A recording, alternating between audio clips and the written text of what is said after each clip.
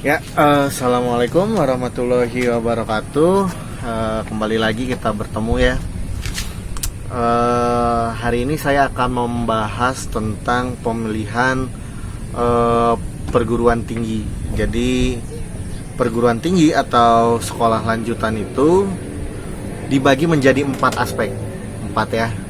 Yang pertama adalah sekolah ikatan dinas atau disingkat sebagai SID, kemudian perguruan tinggi negeri, kemudian perguruan tinggi swasta, dan perguruan tinggi kedinasan. Nah, saya akan membahas satu dulu. Ini disesuaikan dengan biasanya minat orang tua dan siswa untuk mengambil sekolah lanjutan. Tadi yang pertama adalah sekolah ikatan dinas. Nah, kita akan bahas ini dulu. Tapi kalau videonya cukup, nanti kita akan selesaikan gitu ya. Kita lihat dulu nih, cukup nggak videonya? Yang pertama adalah sekolah ikatan dinas. Sekolah ikatan dinas merupakan sekolah lanjutan yang biasanya terfavorit bagi murid, bagi siswa, atau bagi orang tuanya. Mengapa demikian? Karena sekolah ikatan dinas pada umumnya itu lulusannya itu memungkinkan untuk menjadi pejabat. Contoh, jika kamu contohnya aja nih ya, contoh sekolahnya. Kita tahu Akpol, Akmil, nah itu merupakan sekolah ikatan dinas.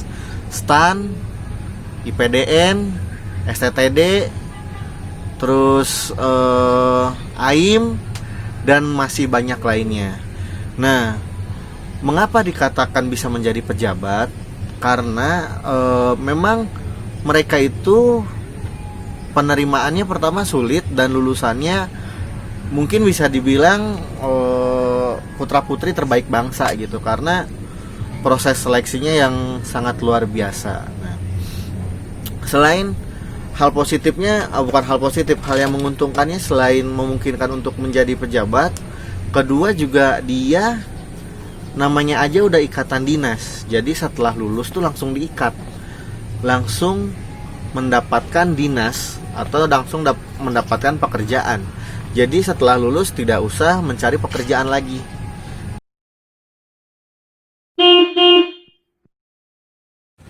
Nah, bukankah setelah lulus langsung mendapatkan pekerjaan merupakan suatu hal yang sangat diidam-idamkan gitu ya. Nah, selain itu juga biasanya orang-orang dengan sekolah ikatan dinas biasanya dia mendapatkan seragam gitu, mendapatkan biaya pendidikan, mendapatkan uang saku. Jadi orang tua tidak usah memberikan biaya sekolah gitu. Jadi itu setelah anak masuk sekolah ikatan dinas ya udah langsung mendapatkan uang saku, orang tua tidak usah membayar biaya sekolah, tidak usah biaya asrama, tidak usah mikirin baju sekolahnya. Tapi setelah lulus langsung mendapatkan pekerjaan. Nah, itulah sebabnya mengapa sekolah ikatan dinas itu merupakan sekolah yang sangat diidam-idamkan gitu. Udah itu selain udah kerja ya gajinya juga katanya sih gede gitu. Jadi ya itulah yang menambah semangat orang-orang buat masuk ke sekolah ikatan dinas.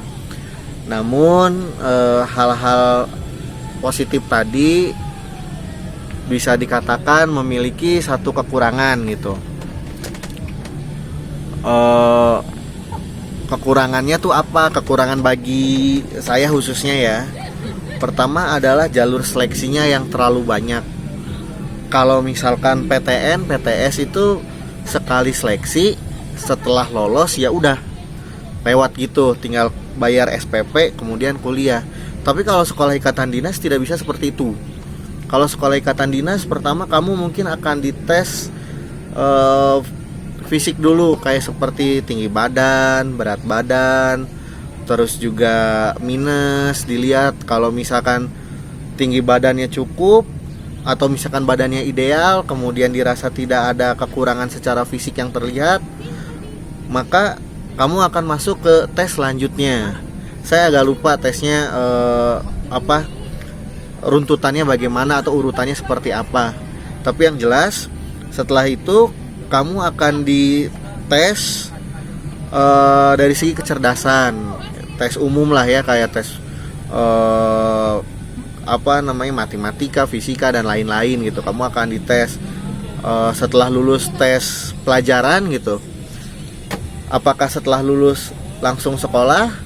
Belum, ada tes lagi, tes fisik kedua. Tes fisik kedua itu lebih teliti dibanding tes fisik yang pertama, di mana kamu akan diminta untuk dicek jantungnya bermasalah atau enggak, paru-parunya bermasalah atau enggak. Bagi kamu yang merokok, hati-hati. Kemudian dicek buta warna atau tidak. Jadi walaupun kamu tidak minus dan kamu merasa sehat, cuman kita nggak tahu nih apakah kamu buta warna atau enggak. Mungkin kamu bisa cek di Google atau dimanapun gitu ya, mengenai tentang apa sih buta warna ini. Setelah dicek kesehatannya, oh iya, dilihat juga kakinya varises atau enggak gitu. Nah, kalau misalkan sudah dikatakan tes pertama secara physically kelihatan bagus, tes kedua lulus karena dirasa cukup cerdas, tes ketiga diteliti lagi tubuhnya, ternyata benar-benar bugar, benar-benar sehat. Terus ada apakah langsung sekolah? Enggak. Ada juga yang namanya tes fisik. Nah, tes fisik ini tuh mengukur kekuatan fisik kamu. Nanti kamu disuruh push up, sit up, back up gitu. Nah, dari situ bisa kelihatan apakah kamu bugar atau enggak. Nah, apakah setelah dirasa cerdas, sehat, kuat, itu cukup? Belum tentu juga. Ada tes yang biasanya di tes terakhir. Tes terakhir itu pantohir. Itu namanya pantohir. Pantohir itu kamu nanti dicek keseharian kamu. Jadi panitia yang biasanya datang gitu ke sekolah atau ke lingkungan kamu, nanya-nanya tentang keseharian kamu. Kalau dirasa kamu adalah anak yang rajin, anak yang baik gitu, maka di tes pantohir itu kamu akan lulus. Oh iya, saya lupa satu lagi. Sebelum pantohir itu biasanya ada tes psikotes juga. Nah, untuk melihat secara psikologis kamu mampu nggak untuk masuk ke sekolah tersebut gitu. Nah, itu ya. Kalau segi runtutannya saya agak lupa, entah kecerdasan dulu, kemudian psikologis, kemudian fisik, kemudian kebugaran, baru pantohir atau bagaimana. Nah, itu tergantung instansinya. Nah, ribet kan cara masuknya, tapi sepadan. Kalau kamu lulus dari sekolah tersebut, sekolah ikatan dinas tersebut, maka kamu akan menuai hasil yang maksimal. Makanya kalau kamu sekarang kelas 3 SMA, berjuang, masih ada waktu buat melatih fisik kamu, melatih kecerdasan kamu, melatih emosional kamu. Dan jangan lupa, saran saya, cek dulu kesehatan kamu. Takutnya kamunya udah siap dan lain-lain, ada satu penyakit atau satu hal yang mengganggu organ tubuh kamu sehingga tidak bisa lolos di sekolah ikatan dinas. Baik, itu aja dari saya. Semoga bermanfaat.